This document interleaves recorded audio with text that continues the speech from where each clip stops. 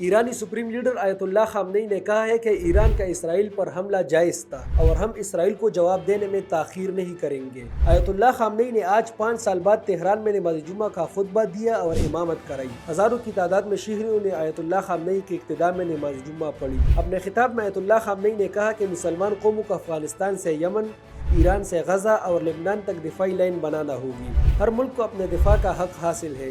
مسلمان متحد ہو جائے تو دشمنوں پر قابو پا سکتے ہیں۔ سپریم لیڈر نے کہا کہ ہم سب کا دشمن ایک ہے اور اس کی پالیسی مسلمانوں میں تفرقہ ڈالنے کی ہے۔ ایران کا دشمن فلسطین، لبنان، عراق، مصر، شام اور یمن کا دشمن ہے۔ انہوں نے کہا کہ جس طرح 7 اکتوبر کا حملہ جائز تھا، اسی طرح ایران کا اسرائیل پر حملہ جائز ہے۔ ضرورت ہوئی تو مستقبل میں بھی کارروائی کریں گے۔ ہم اسرائیل کو جواب دینے میں تاخیر نہیں کریں گے۔ اسرائیل قتل و غارت اور عام شہریوں کو قتل کر کے جیتنے کا ڈرامہ کر رہا ہے۔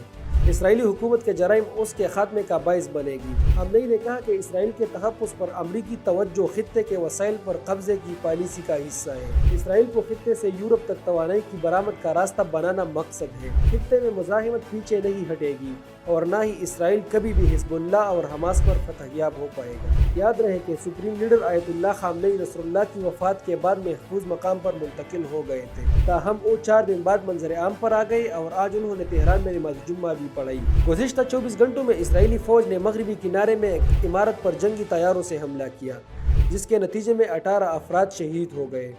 اسرائیلی حملے میں ایک ہی خاندان کے 4 افراد بھی شہید ہو گئے، جن میں ایک خاتون، ان کے 2 بچے اور ایک بھائی شامل ہیں۔ گزشتہ 20 سالوں میں یہ پہلی دفعہ ہے کہ اسرائیل نے مغربی کنارے میں کسی ٹارگٹ یا بلڈنگ کو نشانہ بنانے کے لیے فائٹر جیٹ طیاروں کا استعمال کیا، حالانکہ وہ اس سے قبل چھوٹے ڈرون طیاروں کا استعمال کرتا رہا ہے۔ دوسری جانب غزہ میں جمعہ کی صبح سے ہونے والے اسرائیلی حملوں میں اب تک 9 افراد شہید ہو چکے ہیں، جبکہ متعدد زخمی بھی ہوئے۔